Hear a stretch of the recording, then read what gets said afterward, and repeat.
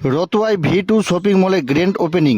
এত মানুষের ভিড় দেখে আমিও ভাবলাম ভেতরে কি এমন কি আছে, সবাই ছুটে এসেছে। সত্যি বলছি, ভি2 এর ভিতরে ঢুকে যা দেখলাম, রতুয়ায় এমন কিছু দেখতে পাবো কোনোদিনও ভাবতে পারিনি। তাই চলুন আমিও আপনাদের ঘুরিয়ে দেখাই ভেতরে কি কি রয়েছে। ভিডিওটা শেষ পর্যন্ত দেখবেন, শেষে কিন্তু চমক আছে। হাই, আমি দেবসা।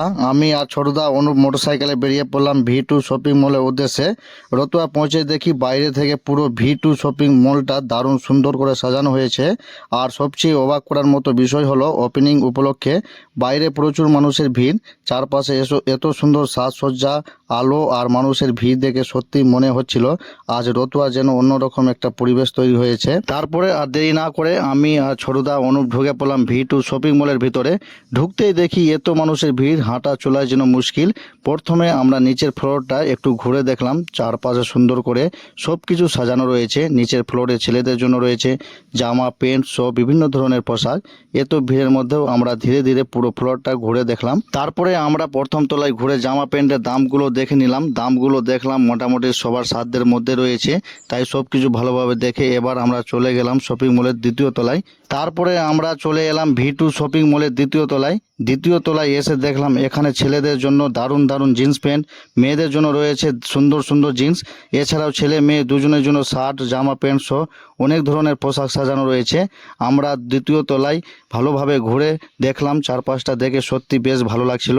আর দ্বিতীয় তলা থেকে নিচের দিকে তাকিয়ে পুরো শপিং মলের ভিউটাও বেশ সুন্দর লাগছিল।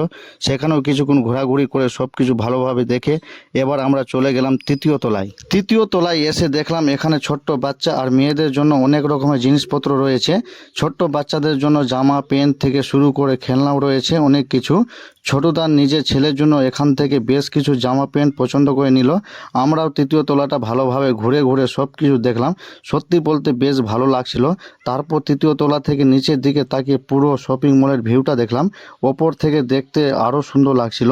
সব কিছু ঘোরাঘুরি করার পর আমার বন্ধু আর ছোটদাও নিজের জন্য কিছু জামা প্যান্ট পছন্দ করে নিল।